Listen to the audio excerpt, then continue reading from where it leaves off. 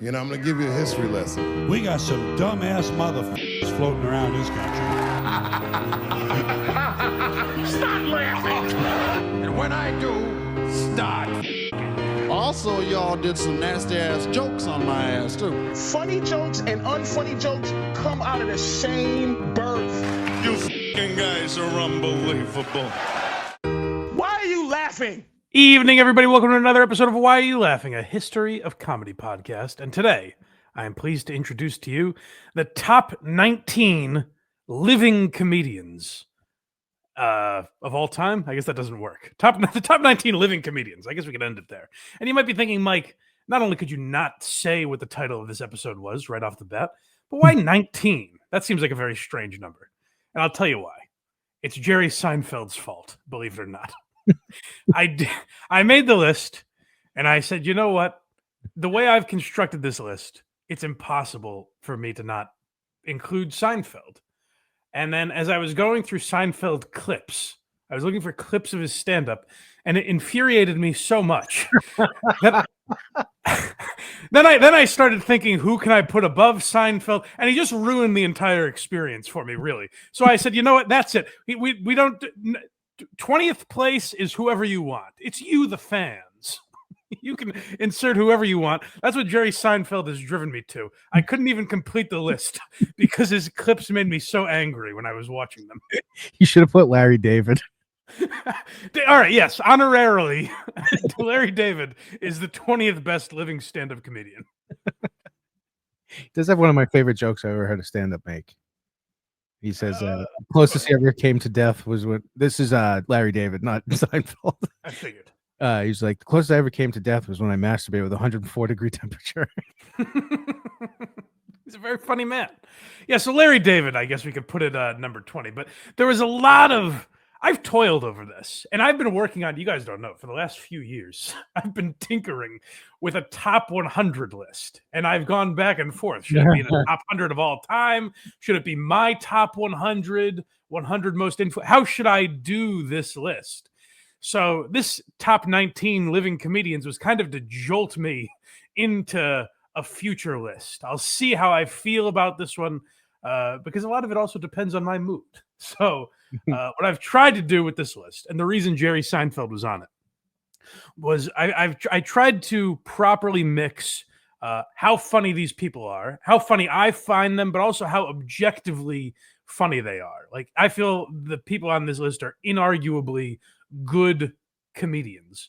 But I also tried to pair that with the amount of success they've had and the amount of influence they had specifically on stand-up, the amount of present-day comedians or comedians that came after them that were really influenced by them and kind of created a genre of comedy that we might not have without them. So that is the top 19 living comedians. There are people that aren't on this list that you might suggest. I'd be curious to hear who I missed because I thought a lot about that. And there are guys that get a lot of praise, like Damon Wayans was a murderer back in the old Comedy Store days. A lot of people talk about like him and Eddie Griffin and guys like that. You have guys like Russell Peters who make the most money globally. Kevin Hart, they make a ton of money now, but I don't consider them top tier stand-ups. Like if I think of their material, there's guys like Albert Brooks who I watched some of his clips to see if I could maybe throw him on this list. I don't really get it. I think he's much better known for his film work, obviously, but I do know people were fans of his stand-up, but I couldn't in good conscience put him on this list. I'm a huge Bo Burnham fan. I think he's tremendously innovative and influential, but I kind of feel what he does is different than stand-up. And there's also guys like Letterman, who I love, who I felt Letterman just didn't have the body of work in stand-up. You can call like his monologues were essentially worse stand-up, but there's not a Letterman album or comedy special that people point to and say this was really great. So it was hard for me. There's some names I left off this list that I toiled over, and I really, it's eating me up inside. So you guys let me know who your number 20 would have been, or who you'd have above some of the people that I ranked on this list. Sound fair? There's only one that I was kind of surprised wasn't on this list. I'll be curious. Oh, well, that wasn't on the list? Yeah. Well, tell me now then, I guess. Spoiler alert, folks. Gaffigan. I thought about Gaffigan. I thought about Gaffigan, but it's just he's too similar to some of the other names on this list. And Seinfeld. I'll include Seinfeld in that group where I didn't think the amount of influence Gaffigan had outweighed some of the other people that I kind of put in his same genre. But that is a name I thought about. A new pope was crowned and he went viral. I know that's the clip I would have used. I thought all about this. This is it's if nothing else, it's a well thought out top 19. I want to see your war room. It's a mess right now, but I'll show it to you later. Let me tidy up. And also, big news in the Why You Laughing world. This is the season finale for you freeloaders. Last year, we took the summer off, essentially. We'll still post bonus episodes. In fact, I think we've got one next week. I want to do Opie and Anthony's interview with George Wendt in honor of the great George Wendt. I've always thought that was an awkward interview because of George Wendt.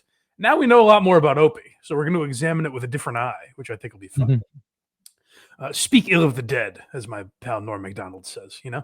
Yeah. So look out for bonus episodes over the summer, but as far as you freebies go, this will be the last episode, at least for a little while. And then we'll come back in the fall, refreshed and rejuvenated with brand spanking new topics. So go back through the archives if you've missed any episodes, if you're going to miss Why You Laughing. blindmike.net is where you can find all of our links, not just for Why You Laughing, but also the Blind Mike Project and Who Are These Socials. And you can also become a member on Patreon or YouTube. That's where you get these bonus episodes and you get early access to episodes like this. So you could have had it a week early if you were a member. So consider doing that on Patreon or YouTube for early access and bonus content. And blindmike.net is where you get all those links. All right. Shall we get into it? Absolutely. All right, so 20 was a debacle, but let's get right into it at number 19 on our list. I got my tongue up this chick's ass, right? No, you're going to like this. I just told my mother this one on the phone, you know?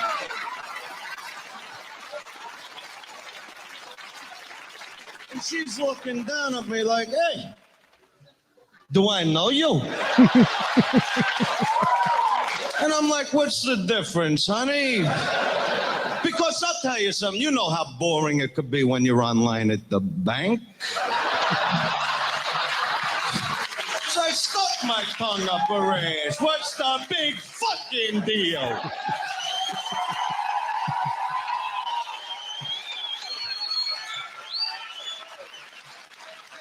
In the meantime, I got this idiot behind me tapping me on the shoulder going, excuse me, is this the end of the line? I said, no, moron, it's the front. We're all standing fucking backwards. Can't you see I got my tongue up this chick's ass? So it's the Dice Man, Andrew Dice Clay, number 19 on our list of top living comedians. And I suspect this one might be controversial because I think Dice has the most unfair rap maybe in comedy history. People view him now as like a hack. Like I remember he was just on Andrew Santino's podcast. And I remember looking at the comments going, oh, this old washed up edgelord. Like people don't have respect for what Dice did. They don't acknowledge the character that he's playing. Like Andrew Dice Clay was immensely influential in alt comedy. And I don't think people give him enough credit for that. And part of that is because he became the character. Yeah. You know what I mean? Like now when he's just walking around or doing interviews, he is that guy. So people are just like, oh, he's just an old, like he just likes talking about fucking and sucking and he tries to be shocking with it. But that's not really what he was. Also, a big part of the reason he's on this list is he's the first to do what he did. He was the first rock star comedian and paved the way. Like before him, Steve Martin did arenas. I don't know how big the venues Eddie Murphy was playing were, but he could have. Yeah. He could have played arenas if he wasn't, I imagine. But Dice was really the first consistent rock star comedian that paved the way for what Dane Cook did and now what 5,000 comedians are doing. And based on the names Dane Cook or Tony Hinchcliffe or Matt Rife, you can say that's, you know, maybe for worse, but... How dare you lump Dane Cook in with those? Well, I'm just saying. But like, I think a lot of people will view it that way and say it's actually a bad thing for comedy. You know what? I think there's something to the arena in bad raps because Dane Cook gets a bad rap and Dice gets a bad rap, and they were both the biggest of their time. And they brought a lot of people into comedy. Dane Cook, you could say this about as well. They brought a lot of new blood into comedy. Right. And it's the ultimate tug of war with any art form, and the classic debate of like, oh, I liked this band better before anyone knew who they were. Right. It's because when more and more people find it, it gets watered down. But the tug of war comes in where you want more people to find it. Like you want to show your friends, hey, you got to check this guy out. He's hilarious. Yeah. And so they brought a lot of new people into comedy, which can be good and bad. You have a lot of fraudulent comedy fans. You'll have a lot of people who don't understand comedy trying to do Dice or trying to do this person or that person that don't really get it. And we get a lot of the horse shit that we have today. But I think you also have a lot of the great comedy that you have today because people like Dice gave comedy a wider reach. So I think it would be crazy to not include Dice on this list. Also, I think he's funny. Like, I find him funny.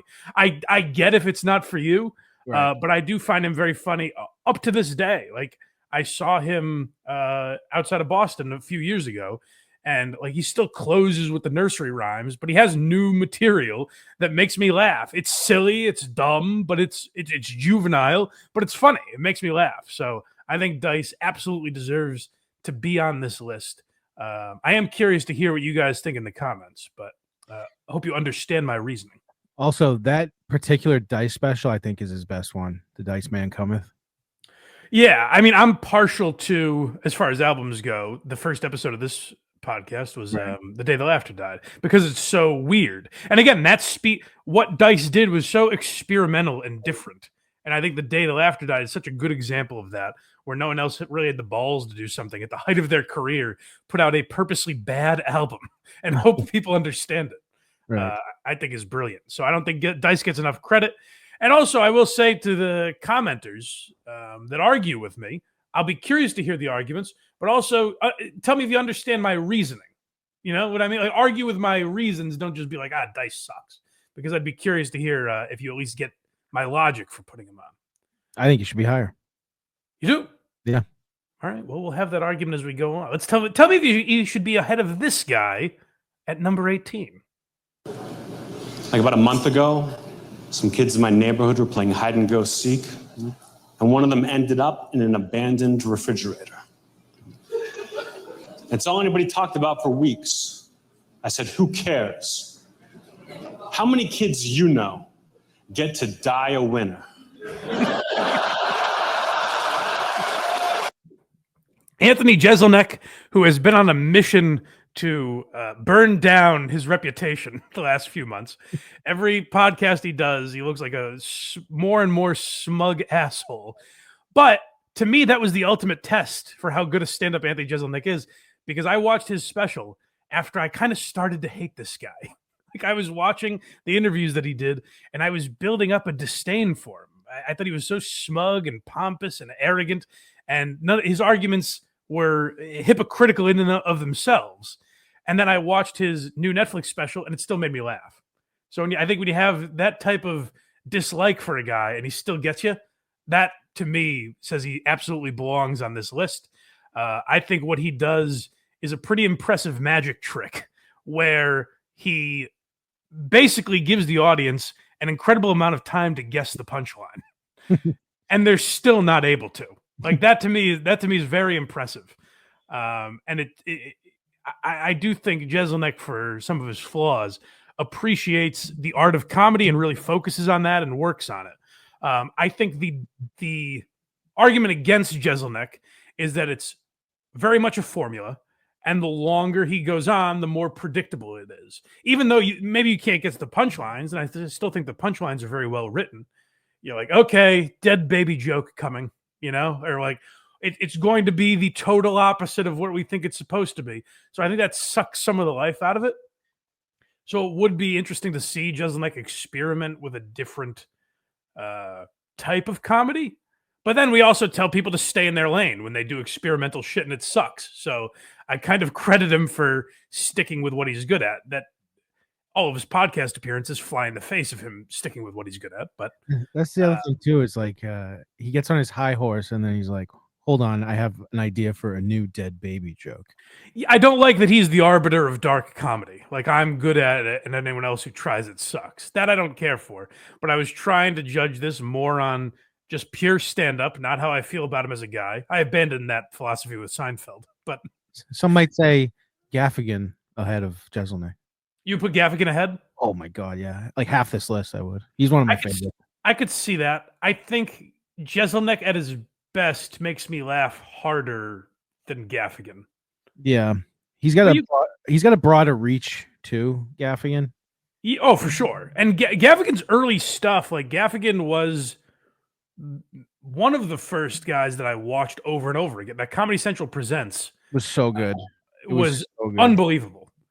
So yeah, ultimately, maybe I'll look back on this and say I should have included Gaffigan, but there's particularly one name that made me on here that made me say, I know exactly what it is. yeah, I figured. Yeah. So fair in that argument for sure. any arguments against Jeselnik? Do you think I have him too high? If he's on this list, he's definitely behind Dice. You think so? Definitely, yeah. See, again, I think his joke writing is much better than Dice. Like, I don't think that's close, really. Which show would you have a better time at? Oh, probably Dice. Yeah. Yeah, that's absolutely fair. I am curious. I like the push. I like the argument because I struggled with this to a degree where if you saw me, you'd be like, "Who cares, Mike? List 20 names and put a show together." My goal is by the end of this list, you go into your war room and you clear the table with one swipe. Craig, don't release the episode. I'm coming back with 20 brand new names. Yeah, so that's my reason for putting Jeselnik on there. And I do think, like, if you hear young guys, like when we talk to Austin Ingalls, there's a lot of young comics that you say, who are your influences? And they say Tosh and Jeselnik. So I do think Jeselnik was very influential on this new era of comedy. Another name that should have been ahead of Jeselnik. Daniel Tosh? Yeah. I thought about him too. The body of work is very limited. But he put out it's like Eddie Murphy, where he puts out 2 specials, but they're home runs. Well, who knows if I have that guy on this list, Craig? He might we don't know yet. We don't know. I'm just speaking names. Yeah, that's fair. But yeah, Daniel Tosh, when I thought of him, don't you worry. Try and throw me a name I thought about, didn't think about. Maria Bamford. It's funny you say that. No way. It's funny you think that.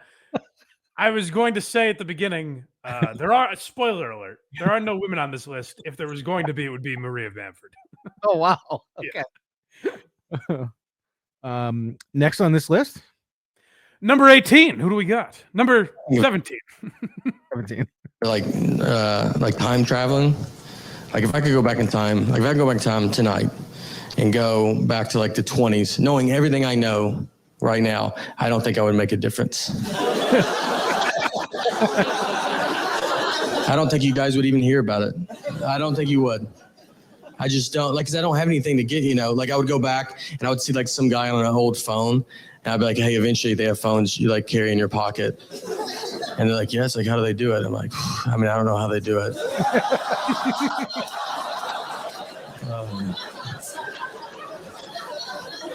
I think it's a satellite. They're like, what's a satellite? Oh, I should have even said that. It's like metal. Metal's got to go pretty high in the air. I don't know if you guys are doing. I don't even know if I could prove I'm from the future. I don't even think I could. I think I would just get stuck because they would want something like, who's the next president? Oh boy. Abraham Lincoln. You guys are gonna love him. He's really good. They just think I'm from the past. That's what they're like. They just look like they don't have to get a regular job. I would just have to like wait tables or something in the 20s. I would go back in time and do worse than I'm doing right now. I picked that joke specifically because I remember when that came. I believe that's from Full Time Magic, his Comedy Central special. And I remember when I had a thought similar to that. I think this is what Nate's great at. Where I remember thinking, like, oh, if I went back back in time, how would I explain any like because people always say like, oh, invest in Google and I'm like at that time I wouldn't have even known how to do that. Right. But and you might even have the thought like, I wish I could make that a stand-up bit. And the reason Nate's so great at what he does is he takes those topics and makes them into something so brilliant that you're like, I'm glad I didn't try to make that into a bit. Yeah. It wouldn't have been nearly that good. And that perfectly and succinctly said. And I think Nate is also a rare guy. We talk about like Dice being a rock star comedian. Nate's a pretty rare breed in that he made $80 million last year. He's massive. He's the most successful touring stand-up comedian currently, but also completely respected. There's no one that will call Nate Bargatze a hack, even if you don't like his comedy or whatever. There's no one that's like, oh, that guy's a hack or he's unoriginal or he's pandering. There's none of that. He's a clean comedian that you don't necessarily realize is clean until someone mentions it. You're like, oh yeah, I guess he doesn't curse. I was going to say is the difference between him, Gaffigan, and another name we may or may not get to later. Yeah. It's like the other two, you're like, they're clean and you know it. Yes. Yeah, that's it. Nate is just talking how he talks. Right. There are no substitute words. Right. You know, he's not like gosh instead of goddamn or anything. Right. Like it's just completely how he talks, and he has such a laid back approach. I forget who we were talking about with this a couple weeks ago, where someone said something like this. This is a guy who just can walk on stage and he's the same guy. Nate Bargatze has that kind of feel. What's that? Shane, yeah. I think Nate's like that as well, where like you're kind of getting the same guy. There's not a thing where he's hyping himself up to walk on stage. He's kind of the same guy that you were talking to 5 minutes ago if you were backstage. So yeah, Nate's a mix of everything: skill, talent, reach, all of that. He has all the attributes on my big board. And Nate's a guy, along with a guy we're going to mention soon. Nate is a guy that I think by the time he's done would be higher on this list probably. I think, yeah, he's definitely belongs on this list. I have no objections. Okay, good. Thank God. Next. Where are we? Number 16? Yes. All right, who's number 16? Cause you just gonna have to let real shit be real shit. Cause these motherfuckers are attacking real shit at every motherfucking angle. They had a story on CNN 3 weeks ago that said the USDA has approved the sale of clone meat to the American public. What? See, I was high when I originally saw the story. So I waited all the way till I came down to relook at the story, and it still fucking said the USDA has approved the sale of clone meat to the American public. Ain't that about a god? You raggedy motherfuckers would feed.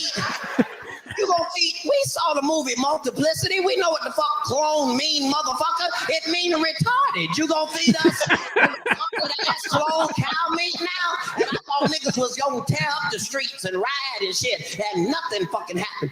These motherfuckers, you gonna feed America the clone? Ain't it motherfuckers starving in other countries that we could have gave a goddamn retarded clone meat to first to see if that was gonna work out? They ain't got shit to eat. They don't give a fuck. You can't feed it to us first, you motherfuckers. And some of you same niggas gonna be eating the shit out that goddamn clone meat and talking shit about, nigga, fuck that, nigga. The clone meat is delicious, nigga.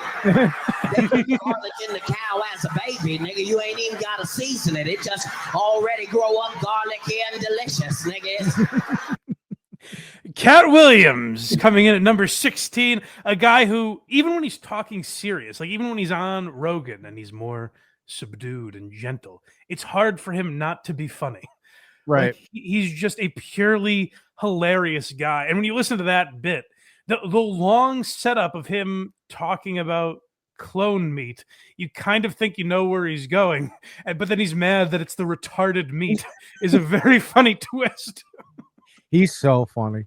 He's very funny. And for my personal taste, like I might have had Nate higher. Mm-hmm. Like if both of them release a special on the same day, I'm probably watching Nate's first. But I didn't want Katt Williams to be mad at me. He's a very powerful enemy to make. But also, I just think like Katt has been around so much longer, and he's convinced me through his Shannon Sharp interviews and others that he's wildly influential. I don't know if it's all true or not, but if you listen to him, you're like, God, this guy has influenced everyone. From Ricky Smiley to Steve Harvey. He called his shot with the Diddy stuff. He really did. Yeah, he was ahead of his time there too. He should have been number one for that. Yeah, but I think Katt is just so purely hilarious, but also like when you look at his body of work, I don't think he gets enough appreciation how much stuff he has put out, how fucking prolific this guy is. The craziest thing about him is he does not do clubs and he's still that tight. I'm an arena act. I'm an arena act. and he's underrated, but his specials all do crazy numbers. And it's a weird thing where like it seems like he would appeal to specifically the black community. Like he almost has the feel of a Def Jam comic or something. But I remember when I was in high school, he was a guy who completely crossed over. Like suburban kids were doing that Rick Ross bit where they're throwing their groceries in the basket. Yeah, I was going to say that bit right there got everybody. Yeah. So Katt Williams, to me, if I'm like I said, on my personal list, I might have Bargatze higher, but if I'm being objective about it, I think Katt Williams. And if you just look at his body of work over the last 25 years, the amount of stand-up that he's pumped out, and people do get credit on this list for the amount of material they have. There are some names with less stand-up material. But that's because their other ranking systems were so powerful they couldn't be ignored. but you do get points for how prolific you are and how original that stuff continues to be. And like I found stuff. It's amazing because I found Katt talking about Bush and Obama years ago, and then stuff talking about Trump and Biden. It's like 10 years apart, and it's just as funny and of the time. Like none of it seems dated at all. So Katt's just a phenomenal force that absolutely deserved to be on this list. I feel like he got like super red pilled recently too. Is that right? Oh, that's why Craig likes him. No, I've always liked I always assume until I'm proven otherwise, I always assume comics lean left. Yeah, well, I think that's fair, but I think Katt is a guy kind of similar to Chappelle where maybe they lean left, but when they smell bullshit, they'll talk about it. Oh, after the recent stuff that came out, there's no doubt he leads right. Yeah, maybe. Next we have number 15, right? Yeah. 15. All right, let's see who's number 15 on our list here.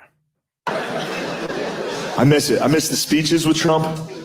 You remember that? We used to get 5 speeches a day when he was in office. Anytime you turn on the TV, that guy was giving another fucking speech live, dude. Be in front of a helicopter, screaming, calling a lady a lesbian or something. This could be a tough one to defend at work, but I'm gonna. Now it's sad. Now with Biden, we get like one speech every 3 months, and it's hard. He's like falls and shit. It's hard to watch. It's sad. I'm rooting for the guy. Obviously, I want things to go well, but it's hard to watch him do anything. Anytime I watch Biden do anything, I get the same feeling as like, you ever go to a friend's house and they have like a 16-year-old dog and it walks in the room? You got to do that whole like, oh, hey, there he is. Just look at him. He's looking great.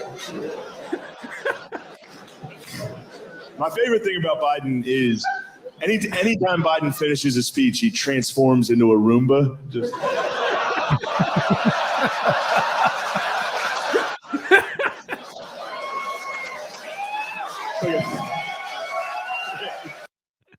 Shane Gillis, number 15, another guy. If he's on my personal list, he would be higher.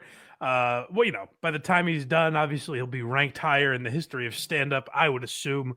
But nonetheless, Shane Gillis deserves to be on this list just for what he's done already with only 2 comedy specials because they so influenced this entire generation. Like I almost didn't have Shane on the list because I was like, well, he's too new. He hasn't done enough yet. And then I thought about the amount of influence he's had already. Like the amount of young people whose favorite stand-up is Shane Gillis that all do the hand behind the back that Nate Bargatze also does, by the way. But like they do the hand behind the back. They talk like Shane. The amount of influence that he has had in stand-up comedy already. And he's just a guy that you can tell, I think, will continue to put out this level of quality. Like, Oh, yeah. I guess there's a chance he moves down the list if the next special is anywhere near Live in Austin or Beautiful Dogs. But if he keeps up that quality, that's what has him at number 15 for me. And the reason I chose that clip specifically is because the Joe Biden act out when he says he transforms into a Roomba. I obviously can't see the act out, but it's still hilarious to me because I know exactly what he's talking about. His ability to pinpoint stuff, and what Shane's great at, that I think a lot of comedians on this list are good at, is that people have now painted Shane as like one way politically. Like they're like, oh, he's the voice of the right, but he makes fun of both sides equally funny. Like a lot of his best stuff is making fun of Trump, but it's so good that even the people that get mad at every joke about Trump are like, all right, that one's pretty good. We'll let that one slide because it's so fucking funny.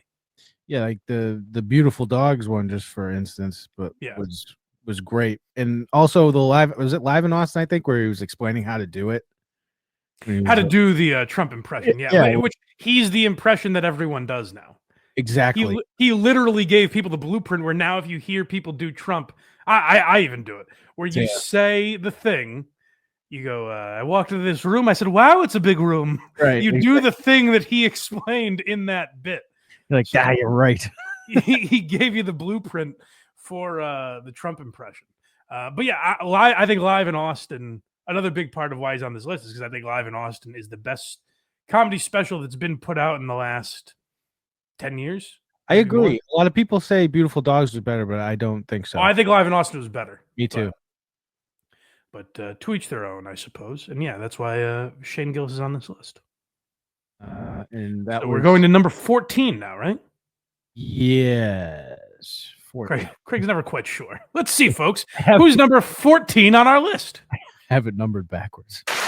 I also watched this show called Cold Case Files. On Cold Case Files, they solve old murders. And it's really interesting because what I learned from it is that it was really easy to get away with murder before they knew about DNA. It was ridiculously easy. Like, what was even going on back then? What was a murder investigation like in 1935? One cop would just walk in and be like, detective, we found a pool of the killer's blood in that hallway. He would just be like, gross. Mop it up. Now then, back to my hunch. Look for clues. I'll tell you what we'll do. We'll draw chalk around where the body is. That way we'll know where it was. A couple of years ago, I saw this movie called Public Enemies with Johnny Depp. It was about old bank robbers and stuff. Here's how easy it was to get away with bank robbery back in the 30s. As long as you weren't still there when the police arrived, you had a 99% chance of getting away with it. To the point that, like, those old bank robbers, they take credit for the bank robberies. Like, they come running out of there and they're like, ha ha ha! And if anyone asks you, tell them it was Golden Joe and the Suggins gang. And then they, like, shoot Suggins into the side of the wall. Like, what, were bullets free back then? And they don't even disguise themselves. They dress up for the bank robbery. They're rolling in there in, like, big suits and hats like they're going to church in Atlanta. They make a day of it. John Mulaney, number 14, who is one of my favorites. He already has, he's in his early 40s, and he has 4, I believe, what I would consider great comedy specials, and 1 great album. Like, that's a tremendous amount of material that's very good to have at his age.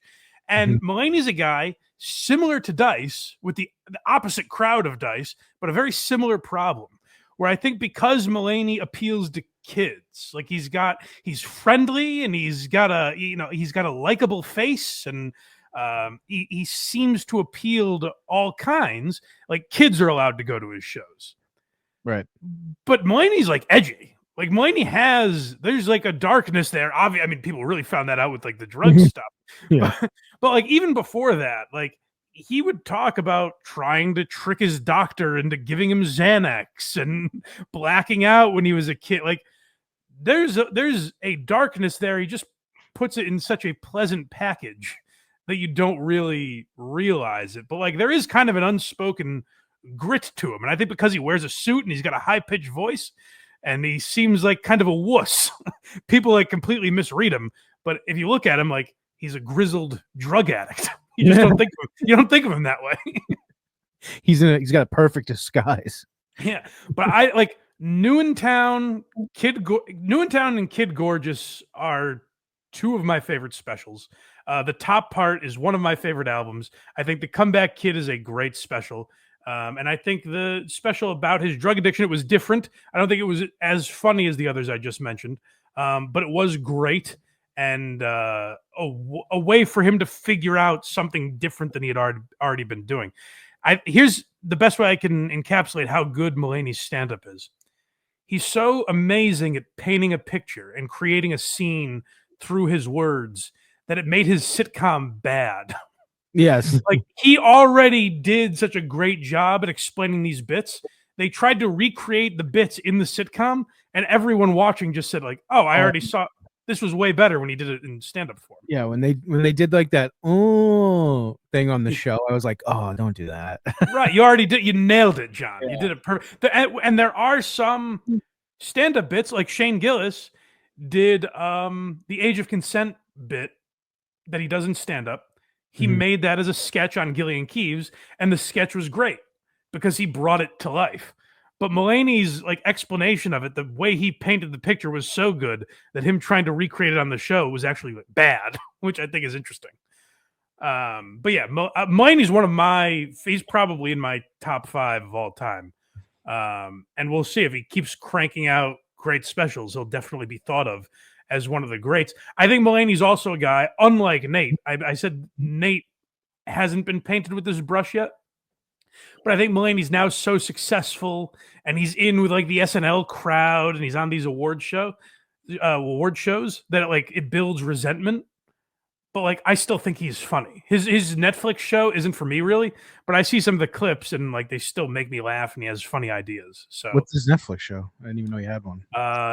Everybody's Live. It was like a weekly talk show. Oh, I had no clue. Richard Kind is his sidekick, which I enjoy. Interesting. Did not know that. It's a bit of a weird concept that isn't really for me. I wish he had he has celebrities on. I wish he had different types of people. But yeah, either way, Mulaney's on my list at number 14. Now who's number 13, Craig? Thank you. I was actually on television around 3 weeks ago now, and I mentioned that I was married, or had been married, and that I had a bad marriage. That's what I mentioned. I mentioned that I married one of the few white Muslims in New York, actually, and too young. And I wanted to elaborate on it. I had a bad marriage, and it was partially my fault. For the first year of marriage, I would say I had what you would call a bad basic attitude toward my wife. I tended to place my wife underneath a pedestal all the time. And we used to argue and fight. And we finally decided that we would either take a vacation in Bermuda or get a divorce, one of the two things. And we discussed it very maturely. And we decided finally on the divorce because we felt that we had a limited amount of money to spend on something, and that a vacation in Bermuda is over in 2 weeks, but a divorce is something that you always have, so.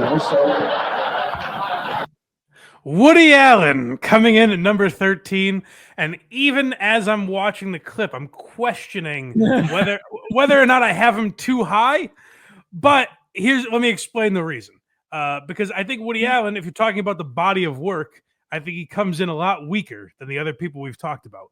But Woody Allen is so immensely influential. And the reason I have him up here is, to me personally, you don't get Larry David without Woody Allen. Like, he opened the door for so many people, and he was doing that very conversational, relaxed, but neurotic way he's speaking there. That was like the first of its kind. People weren't doing that. Like, Woody Allen came at a time where it was like, take my wife, please. I know Lenny Bruce had existed, but very few others like that. So Woody Allen really did blaze a trail in stand-up. I will say, the reason I say maybe I have him too high is because he doesn't have a ton of stand-up out there. But even to this day, you'll hear people talk about how influenced they were by Woody Allen, and I think he created a genre of comedy. And also, I like his parenting. I think he's a good. He seems like a good motivator of young people. So. Gives them a treat if they finish their homework. Yeah, that's right. But no, I think Woody created such a voice that is still prevalent today. He was way ahead of his time. And like I said, if we're looking at body of work, it's comparable to what Shane Gillis has already done. I personally find Shane funnier, but Woody's been influential in stand-up, an art form he quit 60 years ago, 50 years ago. And that's pretty amazing to still be alive and quit half a century ago, and your impact is still felt in comedy. So I felt he at least deserved to be on this list, if not this high. Next, we have number 12. Let's see. Show us, Craig. Who's number 12? You cannot say filth, flarn, filth in front of people. And I never said no filth, flarn, filth. Because you know what I'm talking about. I can't use the type of language that you use, but you know what I mean when I say filth, flarn, filth.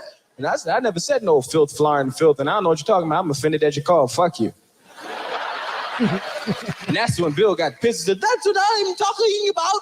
You cannot say fuck in front of people. And I got mad. Because he thought that was my whole act. Like I just walked out on the stage and cursed and left. And I managed to stick in some jokes between the curses. You couldn't give no curse show or walk out and say, hey, felt farm, motherfucker, dick, pussy, snot, and shit. Good night.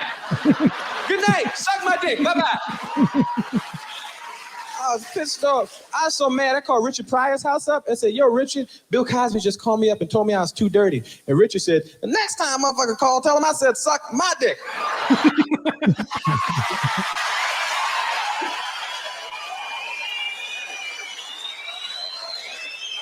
I don't give a fuck. Whatever the fuck make the people laugh, say that shit.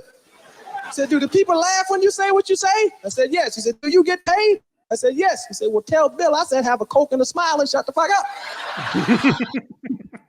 He should probably be higher on the list just for how good that Richard Pryor impression is. Yes. And number 12, it's Eddie Murphy, who is really the only guy that did what he did at the age he did it. Like Freddie Prinze was wildly successful at the age of 20 or whatever he was. I don't know how sustainable that would have been based on his life not being well, that but just based on his Tonight Show material. Like when I watch Freddie Prinze's Tonight Show sets, it doesn't to me seem innovative. It more seemed like Hollywood didn't have a Hispanic guy, so he fit that role. Whereas Eddie, I think, is so masterful at what he was doing because he had jokes. He was a storyteller. He was a great impressionist, as you just heard. Like he has a bit there where he is doing two great impressions, but also breaking down his own comedy in such a great way where he's like, I can't just walk out here and say, hey, fuck, pussy, shit, dicks, good night, everybody. Like he's breaking down what he does while also doing masterful impressions. So Eddie Murphy was such a force at such a young age. Again, what has him a little lower in the rankings is he did 2 comedy specials and then was out forever. Like he never really did stand up again after that. So I think that hurts him, but it speaks to how impactful he was in comedy that he's even in the top 12 with only 2 comedy specials. He really was. The other thing that was hard is I always think of that Chris Rock quote that will come up again in a little bit. But the idea, maybe, who knows? But the Chris Rock quote where he's like,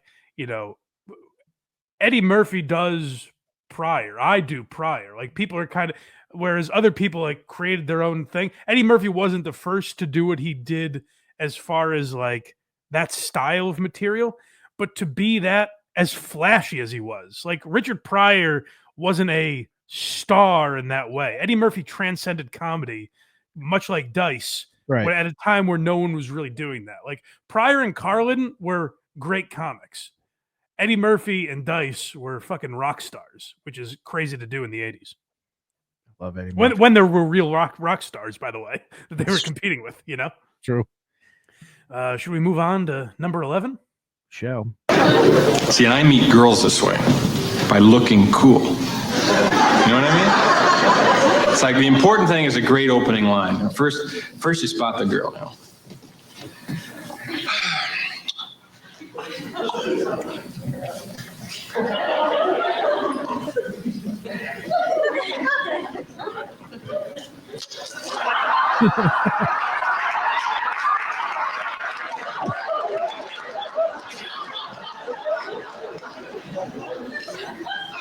Yeah, I make a lot of money. I just bought me a new car. Pretty excited about it, too. It's a prestige car. 65 Greyhound bus. Put a lot of money into that baby, too, you know. Put a new dog on the side. Steve Martin at number 11. If you want to talk about like the godfathers of alt comedy, I mentioned Dice earlier, but like in the 70s, it's Andy Kaufman and Steve Martin. Like these guys created such a weird genre of comedy, and what Andy Kaufman was doing was getting a lot of recognition, but like what he was doing on stage was very niche. Steve Martin somehow managed to have this bizarre, weird act, but make it cool and make it appealing. Again, another arena act at a time where that just wasn't happening. Like Steve Martin really was the first massive arena act to a point where he felt like he had to quit stand-up. Like he couldn't do it anymore because there's nowhere he could go and work on his stuff, and stuff was just going to get a laugh no matter what he did on stage, even if people didn't really understand it. So Steve Martin to get that big at that time. I put Eddie Murphy and Steve Martin next to each other on the list because I had a tough time with, they basically both did like 2 specials and then got out forever. Right. And I had a tough time with that because it's like, what would the next one have been? You know, maybe it would have fucking sucked. We have no idea. So I struggled with that, but I just feel like, A, they got out on top. They were smart. If they didn't have anything left, at least they got out at the right time. But also, like, the amount of influence that they had to me. And Steve Martin also wrote what's pretty much considered, like, the book on stand-up. Like, if you want to relate to why a comedian gets into comedy, it's Steve Martin's book. So he also had that going for him, too. And when you look at Steve Martin, the reason I put him a tick higher than Eddie Murphy is because Steve Martin is still out there in a way doing stand-up. Like when he presents on award shows or when he does a monologue on SNL or when he's out there with Martin Short, he's still doing essentially what he was doing on stage 50 years ago. Like that is still a version of his stand-up. It's not a departure from what he's doing. And he's still funny. Like Steve Martin was always funny first, which I appreciated. Even in interviews where he's a little subdued, he has funny lines and he's always thinking about being funny. That was the thing with Eddie Murphy getting that award a few years ago. Yeah. Like 5 minutes. I was like, oh, it's he still has it a little bit. But doing 5 minutes, accepting the Mark Twain Prize or whatever that was, is a lot different than building an hour that has to be relatable to people when you haven't lived a real life in 40 years, you know? I bet if he put out a special, it'd be the biggest special of the next like 20 years. Yeah. The thing is, the reason I have Steve Martin a little higher is because you know that a little more, where like you've seen him flex that muscle more than Eddie Murphy has. Oh, for sure. A few decades. For sure. Who's number 10, Craig? We're now cracking into the top 10. If I remember right, this one will probably annoy you. No, I think this is appropriate. Okay. Who's number 10? I saw this story down in Orange County, right? Down in Orange County, California. This guy gave helicopter tours for 30 years. 30 years without incident. Hands the business off to his son. The American dream. I built it up for 30 years. Here you go, son. Make the family and the family name proud. All right, Dad, I love you. Right? poor kid, 5 days in. He's supposed to give a tour to a couple. Only the dude shows up. The kid thought it was weird, but he's like, I need the money. I got to give him a tour, right? So he takes this guy up. 10 minutes into the tour, the dude fucking jumped out. Yeah. 5 days in. 5 days in from the balloons and the cake. We love you, son. Keep the family tree going. The tradition alive. 5 fucking days later, this kid, he probably barely had the speech down. Just sitting there flying the helicopter. All right, if you look out the left side of the aircraft, that's Orange County. There's over 27 miles of beaches. Put your seatbelt back on. 27. Was established as a county in 1903. Please don't open the door, sir. What are you doing? Sir, no, don't! Stop! No! What the fuck? Oh my God! What the fuck? Fuck! Air traffic control. I don't know who's on this frequency, but you really need some kind of fucking helicopter. Bill Burr cracks the top 10, and that is my favorite bit from probably my favorite comedy special ever. I'm Sorry You Feel That Way. Is on Netflix, the black and white special. Between that and Killing Them Softly. Who knows if the author of that is on this list? But between those two, probably my favorite comedy special ever. And that particular bit, it goes on. It was just too long to play all at once. It's so good.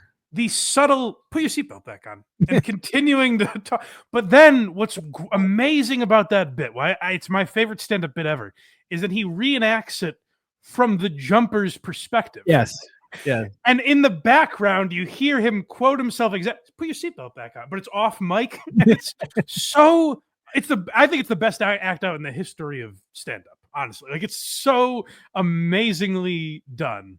Mm-hmm. And I know people are down on Burr now because they think he's gone soft and he's political now. I think you'll be all right because that's back from the era of where he was just being funny.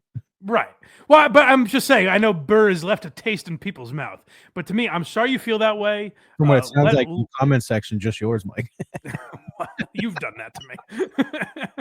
But I'm Sorry You Feel That Way. Let It Go. And You People Are All the Same. To me, 3 of the best hours of stand-up of all time. And to be honest, like, this is the argument we had on the Blind Mike Project. But I do understand where people are coming from in this sense. Like, his last few specials, I wouldn't put in that echelon. And a few years ago, I probably would have had Burr higher on this list. But it's the ultimate argument you have, like with Eddie Murphy and Steve Martin, or like young guys like Shane, where it's like, when they keep going, will their stuff be as good? Like, if Bill Burr retired from comedy in 2015, people would still probably be calling him the greatest ever. Better than some other people on this list. But you put out more material and you're older and it's not as good. So you kind of slide down that list a little bit. So that's why Burr is at 10 for me. But those 3 hours belong, if not in the top 10, then higher, I would say. I think Let It Go is my favorite of his, and it would be like in my top 3 all time. I confuse Let It Go and You People Are All the Same. Is Let It Go ups a daisies, sweetheart? Knocked her into the cupboard drawers. I think so. I just know it by Blue and Orange. Okay, gotcha. Because Burr has like a few of my favorite bits of all time from those specials. Yeah, Let It Go is the one where he's talking about mashing. It's the what are you yeah, that bit. Go ahead. You could say it. Go ahead. but Burr has the Jeselnik thing too, where there's like a formula. You know what I mean? So I think as you get older, that starts to become more predictable, and I think that hurts your comedy a little bit as well. So yeah, but his punchlines would be different. Like, he has the same like joke topics, but different material. Right, yeah. And I think with Burr, his curmudgeon act used to be so fresh and of the time, and as he's gotten older, it sounds like an older man, which it is, you know? So I think that ultimately is kind of what hurts his act a little bit. But. Yeah. Moving on to number 9. Who is number 9 on our list? Okay. And I said to a guy, I said, tell me, what is it about cocaine that makes it so wonderful? And the guy said, well, it intensifies your personality. And I said, yes, but what if you're an asshole? What the hell? Bill? Whoa. Surprised he's not number one on your list. He's a great man. He's never done anything wrong. But Bill Cosby coming in at number 9. Well, to be honest, the joke, of course, is that I like Bill Cosby. But what's funny about it is I've never liked Bill Cosby's stand-up. Never. I've just never gotten it. When people talk about him as the greatest ever, I've never understood it. So you might be saying, Mike, then why the hell is he above Bill Burr? You just talked about how much you love Burr. Why is he above him? I'll tell you why. Because Cosby was still, unlike some other guys we've talked about on this list, Cosby never abandoned stand-up, which I weigh heavily on here. He was supposed to put out another special after his cancellation, but he put out a Comedy Central special like 10 years ago in his 70s. And I watched it, and I remember thinking, like, I didn't love it again, but I was like, I get what he is. I get the appeal. I get the influence. He's definitely skilled. So putting him at number 9 for me personally is way too high, but I was trying to be objective and look at the amount of stuff he's put out, how high, particularly Bill Cosby himself, the special that clip was from. That's so highly revered in stand-up. And Cosby has so much influence. The Chris Rock quote that I was talking about earlier, where Chris Rock said a lot of people do Pryor. He said, no one can do Cosby. Like, no one's figured out how to recreate what Bill Cosby was doing, which Pryor was accused of early in his career, but got away from that. So I actually push back on that a little bit. Chris Rock knows a hell of a lot more what he's talking about than I do. But like, I see a lot of people doing elements of Cosby, just not the same way he did it. Right. And a lot of the clean comics on this list, to me, are doing Cosby to an extent, but I think better. Like, I think there are better versions of Cosby out there. But the reason I have him so high on the list is because of his influence and longevity in stand-up. And the fact that he did create a genre for himself, which was smart. Like, he looked at a market that said, well, the black comedians out there are like Red Fox. He's like, what if I went the exact opposite way? And I do think that was smart. It made him a complete hypocrite and led to his downfall. But it worked for a long time. That's true. Yeah, Cosby is tough. Like you said, everyone always talks highly of Bill Cosby himself, and every time I put it on, I'm like, is there something wrong with me? That's the thing. I tried to be as objective as I could, because I wouldn't have Cosby on this list at all. Mm-hmm. But the problem with that is, like, then people think you're doing like I won't stand for what Bill Cosby did, and it's got nothing to do with that. I've never found it. Michael Jackson still got some of the best records ever made. Right. Yeah, you'd be crazy to make a list of the top pop artists of the last 100 years without putting Michael Jackson on it. And I think you'd be crazy if you have a list of the top living stand-ups. You have to respect what Cosby did. So put it this way, 2 of the best of all time, Pryor and Murphy, are doing bits about Cosby. Right. Yeah. He had major influence. So even as I played the clip, I'm like, do I have him too high? Because I'm not a Cosby fan, but I tried to be as objective as I could about it. And that's why he's number 9 on the list. Now we have number 8. This is more your wheelhouse. All right, let's see who's number 8. Now we're at risk of a civil war. And you don't want to see a civil war in this country. This country is not built for another civil war. It's going to be the first time in history that you see fat refugees.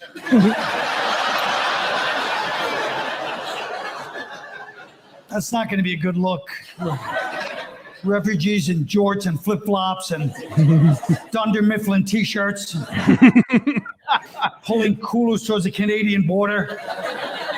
It's going to look like a giant cattle drive. There's nothing glamorous 50 years from now. Kids are in history class reading about the Battle of Six Flags.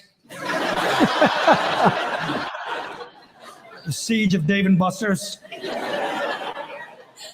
The problem with war, it makes idiocy contagious. You wind up with mass hysteria, like this country right now. Half this country swears there's a Muslim invasion. right now, and the other half swears there's a Nazi invasion. That's why this country is built on compromise, because the founding fathers understood most people are mentally ill. Colin Quinn coming in at number 8. To me, the most underrated stand-up in the history of comedy. And I think the guy is not just prolific, but so innovative and different, where he's putting on these history lessons and making people laugh. He's performing in front of symposiums for therapists, and he's talking about the Constitution and the history of the world and all these big topics and these seemingly untapped, not tread upon ground that Colin is walking on. I don't think he gets nearly enough credit. And I also think what propelled him towards the top of my list is I think Tough Crowd had such a big impact on where stand-up is now. Like the voice he was able to give, not just comedians, but comedians that otherwise would not have been shined a light on. Like Colin always jokes about how he has all these powerful friends in comedy like Seinfeld and Adam Sandler and Chris Rock, and instead he gave Jim Norton and Keith Robinson a career. But it's very funny, but also like without Colin, you'd like Geraldo and Patrice and Nick DiPaolo. Nick DiPaolo, by the way, another name I considered putting on the list at number 20, but I just couldn't do it. He didn't have the body of work. He's one of my favorites. Stopped. Well, he's still doing it, but he hasn't put anything out. Craig, now you're getting a taste of what it's like to be me. These are the things that I wrestled with. I love Nick DiPaolo, but I don't think he should be on this list. Right, I agree. Well, ultimately, I agreed, as you see. Or do I? Maybe he's higher on the list. We'll find out. But Colin's so high because he is a true comics comic that I don't think ever got the appreciation he deserved. So we're putting him 8 on the list, ahead of Cosby. You got it, CQ. Number 7. As soon as someone gets old, they complain about the new kids and these kids today, look, they're crazy. It's always that it used to be always that the new generation was too deviant. These kids are out of control. They're crazy. They're immoral. Look at what they're doing. In our day, if we wanted fun, we just went to a barn dance, and we didn't even finger fuck till we were like 35 years old. But these kids today, it was always that the new generation was over the top, and we're going to be the first generation of elderly people complaining, but in the opposite fashion, where we're going, look at these kids today, these half faggots. We used to do crank off of titty dancers and shit. It was no one got hurt. We had a lot of fun. We got some good stories and herpes out of the deal. It was a fucking good time. Doug Stanhope, number 7. And I was trying to think of this. Other than, I guess, like clearly he's influenced by Bill Hicks, I guess. Yes. Other than that, is there another Stanhope? Not really. Like, I think he's so unique. I think there's elements of other people in Stanhope, of course, like Carlin being a big one. But like, I think what Stanhope has done is so unique and different, where he can talk about his mother dying and killing his mother and making it into a funny bit. He can talk about just drinking stories, or he can talk about religion and politics. Like he has all these different avenues that he can go down and be masterfully funny in all of them. And he was able to corner the market on degeneracy and early death, like people who are just ready to die.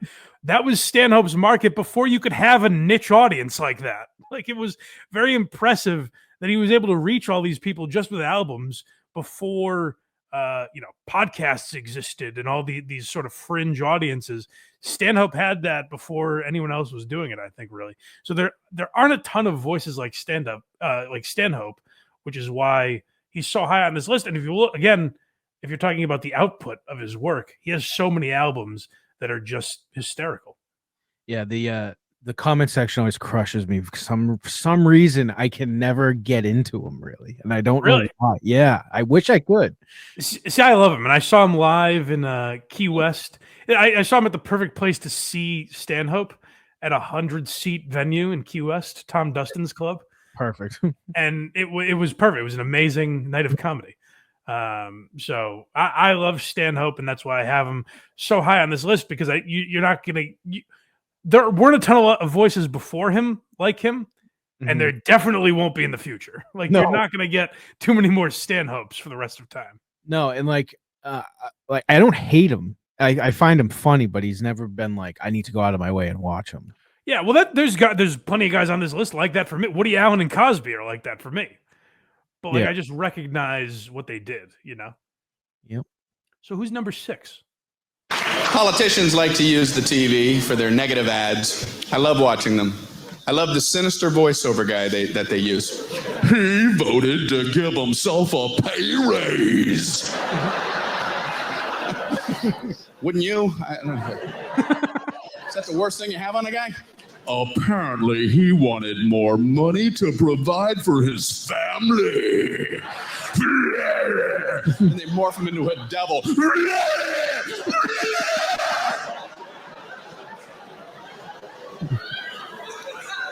This is an actual negative campaign ad. I'm not making this up. About the other candidate. He voted to allow 7-year-olds to be tasered. It's an actual ad.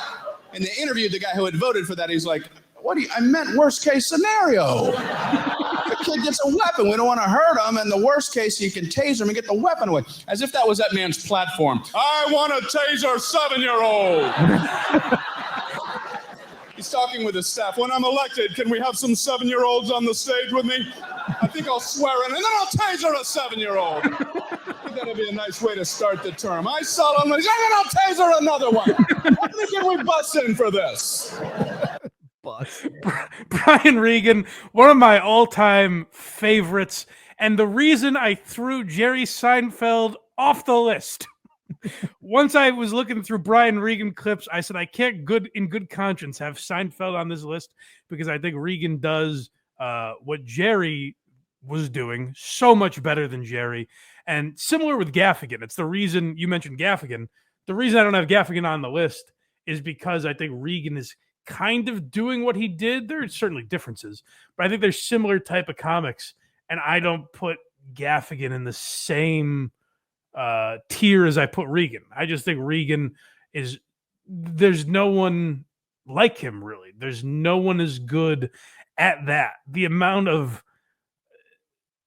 the act outs that he does, the voices that he does, but also just the writing, the material on its own is great. Like Chris Rock, who has a very distinctive voice, doesn't do that when he's working out at like the Comedy Cellar. He just does the act straight without going, you seen this? Like he doesn't do it's not as in your face. He does it more subdued. because he says like if it works relaxed, then it's going to work with energy. Like when I put my thing into it. And I think Regan has that ability where like his material on its own would work, and then you add Brian Regan into it. And we said it when we did a Brian Regan related episode a few weeks ago. He's also the best at making himself seem like the idiot. It's a skill Shane Gillis is very good at too. Another guy on this list. And Gaffigan, yeah, where their material is actually very smart. Like what they're saying is brilliant, but they're making themselves the moron of the joke. Not just like, oh, that's a little dumb, I guess. They're making themselves seem like blithering idiots. And yet the material they're writing is brilliant. And I think Regan's the best at that of all time. So and another thing with Gaffigan that I don't think Regan has is bits like the Pope, like, you know, maybe the Pope's a bad example, but Hot Pockets for sure. Like just one that like if you mention it, everyone like you mentioned Big Yellow One's the Sun. Yeah, I know, but I think the Hot Pockets bit is better than that. And I've been to a Regan show, and he literally has to say, I'm going to do the classics after if you guys want them. So people stop yelling it out. Yes. Yeah. I saw the same thing actually with Gaffigan. I saw him at in Manchester at the arena. I forget what it's called now, but he comes out and he's like, I'm going to do it at the end. Please stop.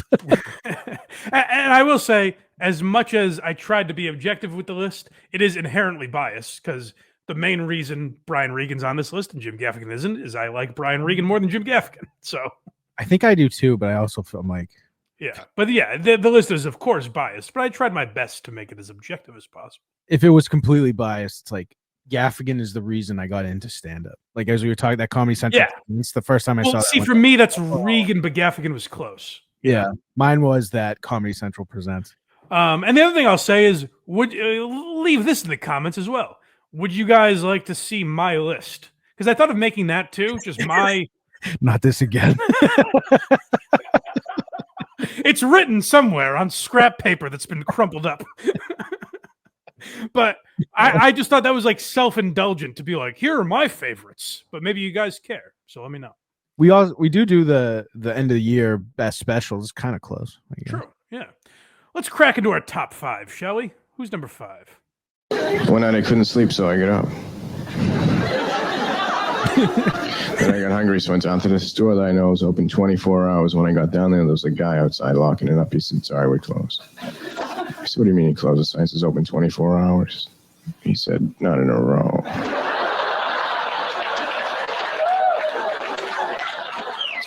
Well, you can't have everything. Where would you put it? The Stephen Wright coming in at number 5, and not as vast a catalog of material as a lot of other guys on this list. But if you're calculating the amount of jokes and punchlines that he has written, I mean, it's probably 10x anyone else on this list. And everyone remember, this is living. Right. Top living comedians. Yes. So Stephen Wright, to me, is in my top 5 living comedians because I think he is probably the best joke writer of all time, to the point where his writing, a lot of his jokes just seem like phrases, and probably in 100 years when there will be cliches where you're like, I wish the guy that came up with that, trademarked it and made money on it. That'll probably be Stephen Wright, because some of these turns of phrase that he has are so brilliant and quotable. So Stephen Wright is in my top 5 because I think he has some of the absolute greatest jokes of all time. And he's a guy who never abandoned stand-up either. He has no tour dates this year, but pretty much up until like a year ago, he was. I hope Stephen Wright's all right when I saw that. But Oh, no. but he was touring pretty regularly, and in some of the last interviews I saw him do, he basically said, like, I tour on my schedule. Like, he was in Los Angeles for a little bit. He didn't like it. He moved back here into the woods of Massachusetts somewhere. And he just did whatever he wanted. And he would go out and do 2 hours of comedy whenever he felt like. And I think he's one of the best joke writers ever. So that's why I have him at number 5. Number 4. Let's hear who's number 4. Man, and everybody talking about gun control. Gotta get rid of the guns. Fuck that, I like guns. You got a gun, you don't have to work out. I ain't working out. I ain't jogging. You got texts, I got texts. Oh, man, shit. You don't need no gun control. You know what you need? We need some bullet control. Oh, that's it? That was it, yeah. Oh, damn it. There's more to that bit. Bullets should cost $5,000, which is very funny. Yeah. You guys get it. I guess Chris Rock is number 4. Son of a bitch. I actually chose that clip specifically because Black People versus N-words is such a known bit that I wanted to show that this guy has at least 4 or 5 of the most quoted jokes of all time. And to me, that's the main reason I have Chris Rock at number 4 is Bigger and Blacker and Bring the Pain are, I mean, if you have Eddie Murphy and Steve Martin on this list because they have 2 historic specials, I think those 2 specials were as big or bigger than Eddie Murphy's. So, and then Chris Rock also never abandoned stand-up. I will say, it's important to note with Chris Rock, again, this is just living stand-ups for what they have done total. It's not saying Chris Rock is currently the 4th best comedian, because his last Netflix special was not great. His last few have been kind of rough. Well, it's similar to Burr, where they're on the list for the heights to me. Right. Like, if it's just a straight heights list, he's appropriately placed for sure. Like I said, he has 4 or 5 of indisputably the greatest jokes ever, Yeah. and 2 of the greatest specials ever. And he has other specials that you could probably put on that echelon if you wanted, but 2 Bigger and Blacker and Bring the Pain, undeniably 2 of the best specials of all time. So that's why Chris Rock's on here. Like I said, but even Tambourine, which was probably 10 years ago now. Is it really? Yeah. Oh my give or take, maybe 8, something like that. Holy shit. I don't think it's a great special, but there's funny stuff in there. Mhm. Like, it starts very funny, and then the stuff about his divorce and cheating on his wife. Mhm. That's some of the most interesting stuff I've seen in stand-up in a long time, where he gets very real. So that's actually was my favorite part of Burr's last special, was when he was talking about the disconnect he was having with his wife. Right. Because it was real, but it was interesting. But Right. it wasn't necessarily funny, I guess. But Yeah, and even in the live special, even though he fucked up the punchline, like, his Will Smith joke was good. The problem with his last special, Chris Rock's I'm talking about, is it all felt very dated. Like, he's like, this cancel culture, you can't say anything anymore. It's like, well, we covered this a while ago, Chris. no kidding. Where you been, buddy? Black Rogan. Right, yeah. So it felt a little dated, but I just feel those 2 specials in particular, and even what he's done since, I think you have to put Chris Rock in the top 5 if you're just, particularly if you're talking about the heights of what he was able to do in stand-up. And another guy never turned his back on stand-up. His stuff isn't as good now as it used to be, but he always loved, much like Seinfeld, loved and respected the game of stand-up. It's why I wanted to put Seinfeld on the list, because of what he did for stand-up. Between the documentary Comedian, the show itself turned a lot of people onto stand-up, and Comedians in Cars. But, Jerry just annoys me, so he's not on the list, and Chris Rock is at number 4. Number 3. Let's hear number 3. I wonder if this will surprise people that he's not higher, but let's hear number 3. Show business bring a lot of races together. Sometimes it works, sometimes it don't. This is one thing that happens that's funny. Sometimes I'll be on a business call, right? Like with a lawyer or something. My lawyers be white. And like, we'll be on a call, right? And they'll be like, oh, okay, Dave, we're gonna close the deal. Was that fine with you? I'll be like, yeah, that's good for me. Great. You have a good weekend, Dave. I'll be like, all right, you too, man. Peace. Oh, all right, bye-bye. I don't know what to say, right? So sometimes I'll make up shit that's not even slang just to see how they handle it and shit. Maybe the same business go, all right, we're gonna close the deal. Is that fine with you, Dave? Yeah, sounds good to me. Great. You have a good weekend, Dave. All right, buddy. Zip it up and zip it out. Oh. All right. Zippity-doo-dah. Bye-bye. Dave Chappelle coming in at number 3, and that's still our outro, isn't it? Yes. How we end every episode of this program. So, Killing Them Softly, as I said earlier, might be my favorite special. For a long time, it absolutely was my favorite special. And until, I'm sorry you feel that way, but Dave Chappelle, just for what he did early in his career, and Chappelle's another guy that I think has absolutely lost a step. Again, this isn't top acts to go see now. I think Chappelle has become very self-indulgent.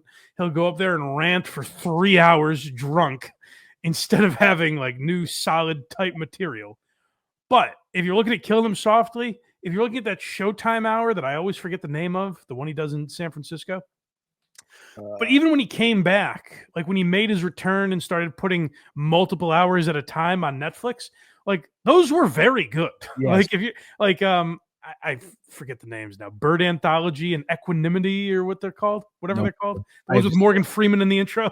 Yeah. Those are very good special, particularly the one where he tells the every time he met O.J. Simpson.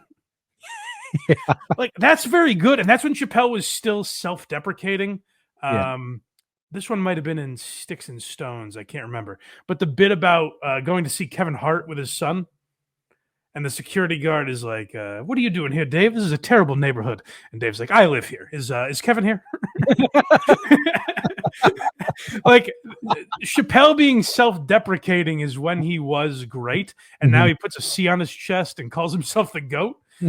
So he makes himself a little less likable. But he doesn't call himself the GOAT with no reason. He is one of the greatest of all time. Like he has hours that are absolutely my favorite. And the reason he's still so high to me is because I think he's chosen to not be as good now. Like I think he's just stopped doing what made him great in order to pontificate on the world. Like me and Craig have talked about this before, but there's an hour, or I think it's actually a half hour that they put on Netflix where he's just like, George Floyd was down for 8 minutes and 24 seconds. Those are Kobe Bryant's jersey numbers. Right. It's like, what are we doing here, Dave? Is this comedy or what? Like, I don't even think Dave meant it to be a stand-up special, but they promoted it as comedy. And it's just him pontificating for half an hour. That should have been one of those things that's just put out on social media. I guess, yeah. Because you're like, it's kind of just him smelling his own shit a little bit. And Carlin started to do that towards the end as well. Like, I don't know if Chappelle has enough people telling him, like, oh, this is the stuff comedians make fun of about you. Like, I don't think he has that around him anymore. Right. So he's lost his way a little bit. But like I said, the best of Chappelle is better than anyone I've ever seen. Like, he has some of the greatest bits of all time, some of my favorite stuff when I was a kid, and then again when I was an adult. That meant a lot to me too. Yeah. Putting him this high on the list was like there's a 10-year gap or more, I think, between Killing Them Softly, way more, like 14 years, between Killing Them Softly and the Netflix stuff. And like both are close to equally good. It's hard to compare anything to Killing Them Softly, but all very good. So he's just amazing. But his white guy voice will make me laugh no matter what he says with it. Yes. It's too good. Yeah. That's the weird thing is like, you don't think of him. Carlin's this way too, where like Chappelle created like funny characters and you don't think of him that way now because he's talking about important issues, you know? Mm-hmm. But like back in the day, he had fun, silly characters and he would talk about Sesame Street and stupid stuff while still making points with them. And that's what he was great at. So I would love him to put one more hour like that because I think he has it in him.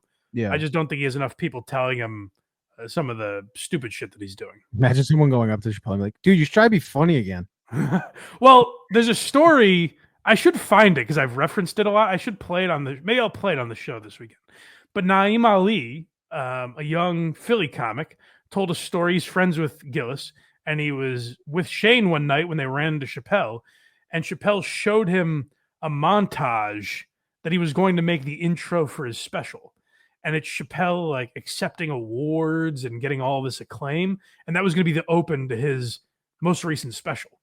And Naeem Ali was like, what the fuck is this? You're going to put this in a comedy special? And I guess Chappelle was like, you don't like it? And he's like, no. And then I guess Shane took him aside and was like, what the fuck are you doing? But like, I don't know if that's why Dave didn't use it. Maybe he was never going to. But hearing Naeem tell that story was interesting, where it's like that might be the first time that anyone told Chappelle, like, what the fuck is this? Yeah, because I mean, like the Ashy Larry stuff, they're all going to be like, no, it's great. Right. Yeah, Donnell Rawlings and those guys. All right, who's number 2 on our list? I can't help it if I like parrots. You know what I'm saying? Parrot's my favorite pet. I want a parrot. You know why? I won't teach him dirty words or songs. I'll teach him things I should know. If I had a parrot, I'd use him more like a Palm Pilot. I would teach him phone numbers and addresses or just things that can help me in a crisis, you know, like, in case of an earthquake, get in the doorway. No one has freckles on their ass. Use a condom. Talk more about condoms? Okay, here it comes. Fellas, never let a woman put a condom on you, okay? Do it yourself. Because when a lady does it, it can be embarrassing. It's like, oh look, there's still more room. We can tie it off and use it again and again. Wow. Dave Attell at number 2 because he has such a weird brain, much like I would say about Norm Macdonald, where there's not really ever going to be another Dave Attell. I said it about Stanhope too, where there's not going to be another one of these guys. And yet Attell has a tremendous amount of influence. You look at guys like Big J and Sam Morrill, clearly influenced by Dave Attell. Phil Handley's another guy who I like a lot. You saw that crowd work thing, the fake crowd work thing where Attell goes, talk more about condoms? All right. Like Phil Handley does that type of shit, not ripping off Attell, but like clearly influenced by Attell, has made his own thing. And Dave kind of created that. Like Dave's a rare voice that's been able to create a lot of avenues in stand-up that weren't there before, but is also so different and weird. And the topics he talks about, like famously, I've heard a million comedians say this on podcasts, that they get texts from Attell that are like, and comedians do this where they're like, hey, do you have this bit or have you heard anyone do this?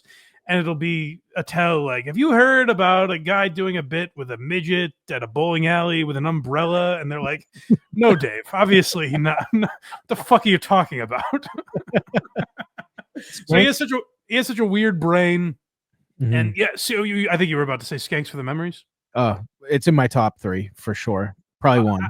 This generation, I think our age group, we're of similar age. I think either Killing Them Softly or Skanks for the Memories, people would say are top 2 pretty much. Which are so polar opposites. They really are. But yeah, it's why I love Attell, because it's so weird. You can't put him into any real category. And Attell has never been drunk. Like the weird thing about Attell is like he was on Everybody Loves Raymond. Right. Like, you forget the weird mainstream success that he had. Insomniac, huge show for a while. Insomniac was very big when I was a kid. But he just loves stand-up, and he's also stayed away. Like, he's comfortable with what he's doing and what he's good at.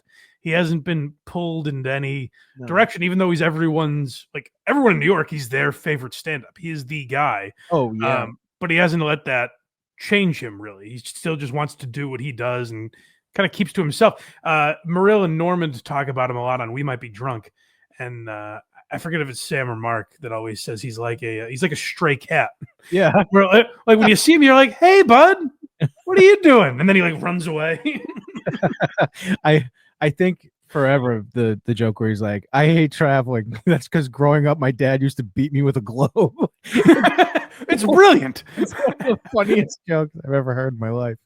He's a mix of a guy like Stanhope, where he can almost get into these serious topics, or like he almost feels like he was influenced by Carlin, even though he's nowhere close. And then he has these bizarre twists on it. You know what I mean? Like Carlin's sillier side, I guess I'm talking. Remember when we did the Carlin album and Carlin's just talking about farting and making silly noises? Like that reminds me a little of Attell, and I just think Attell, advanced that part of his act a lot further than Carlin ever did.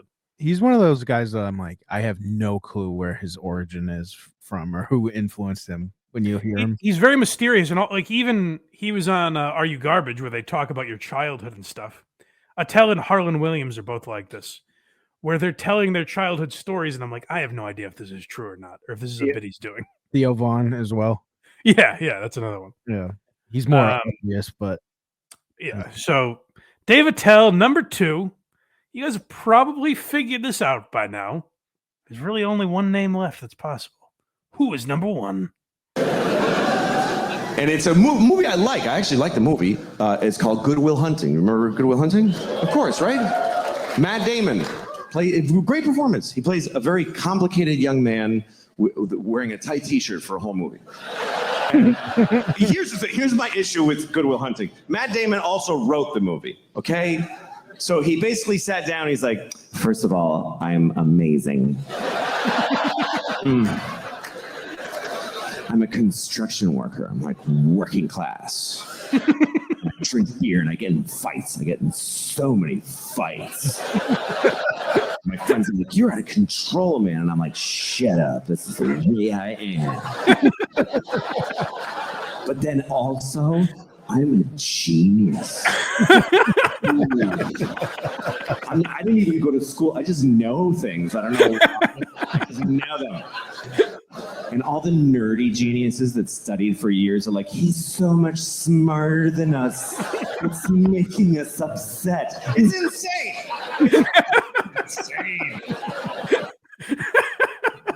Such a good breakdown of that movie.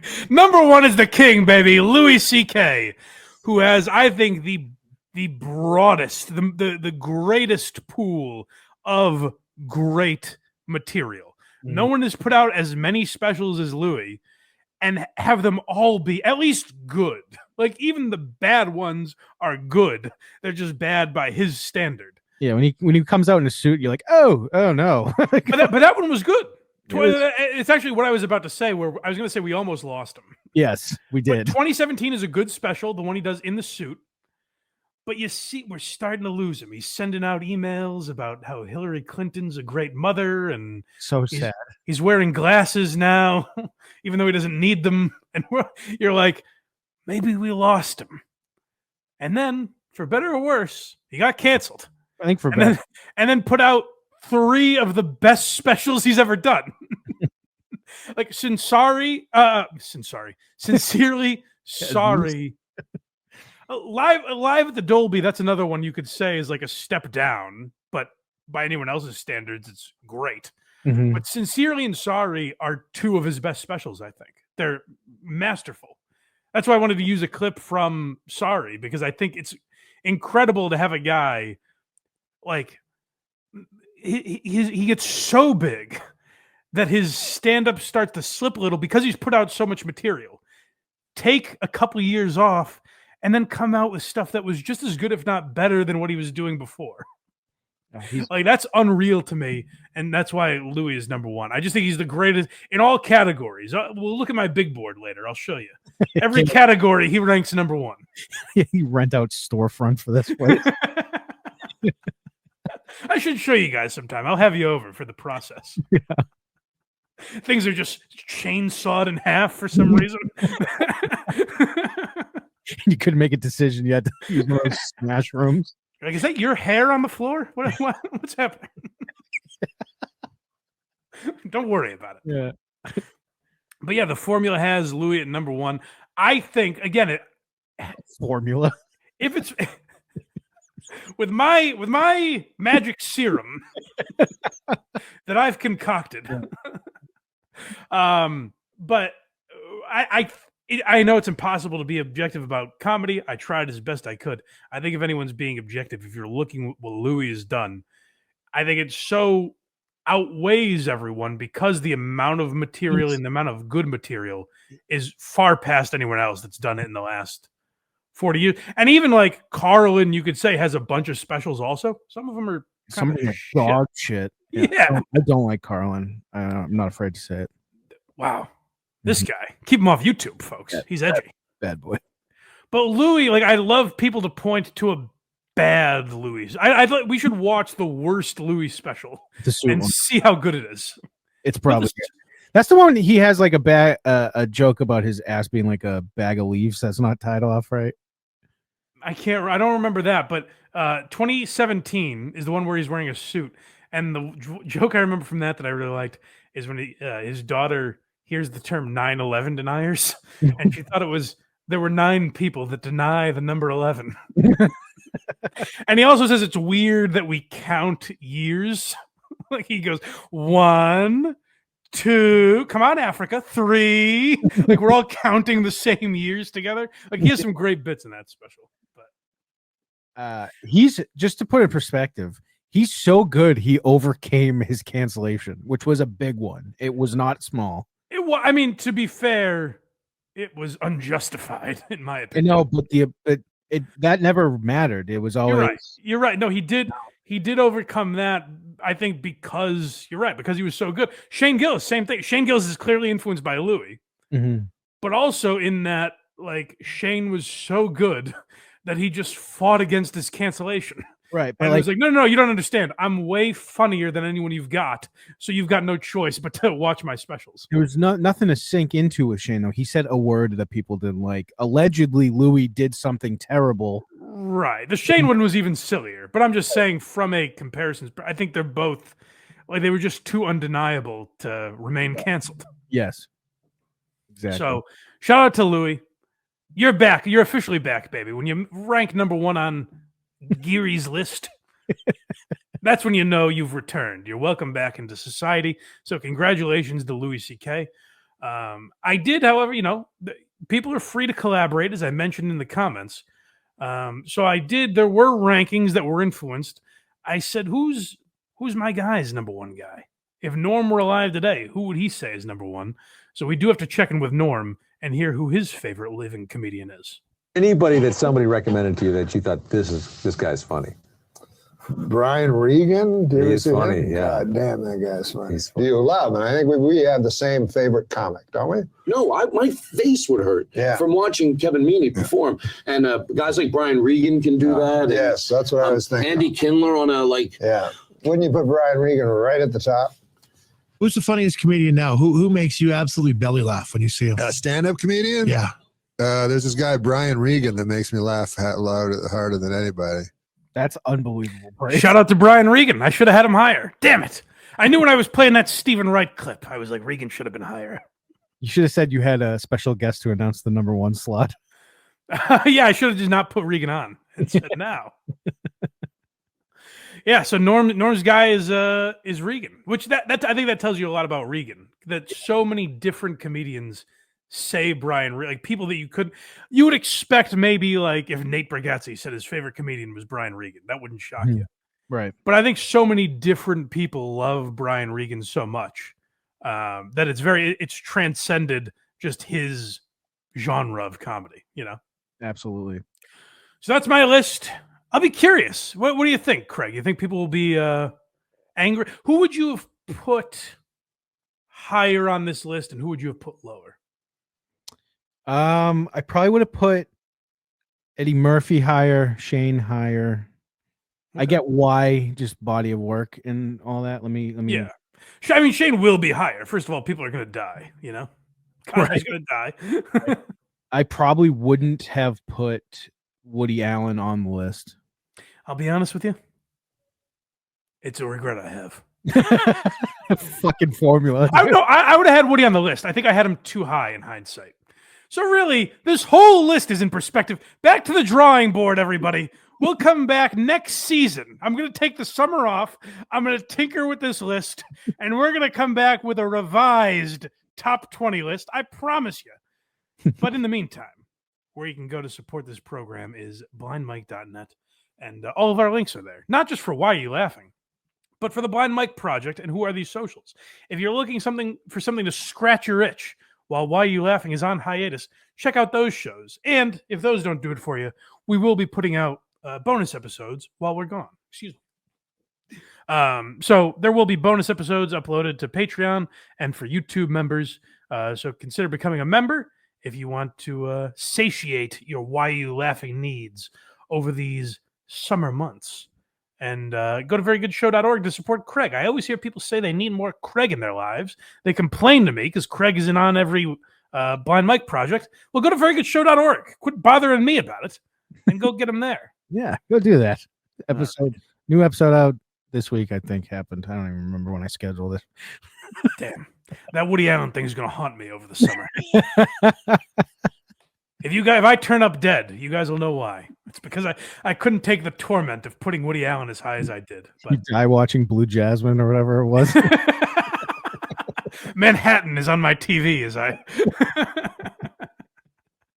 Yes. So I'll be toiling with that over the summer and thinking a lot about it. So you guys let me know what you think in the comments, and we'll talk to you next time on Why Are You Laughing? Zip it up and zip it out.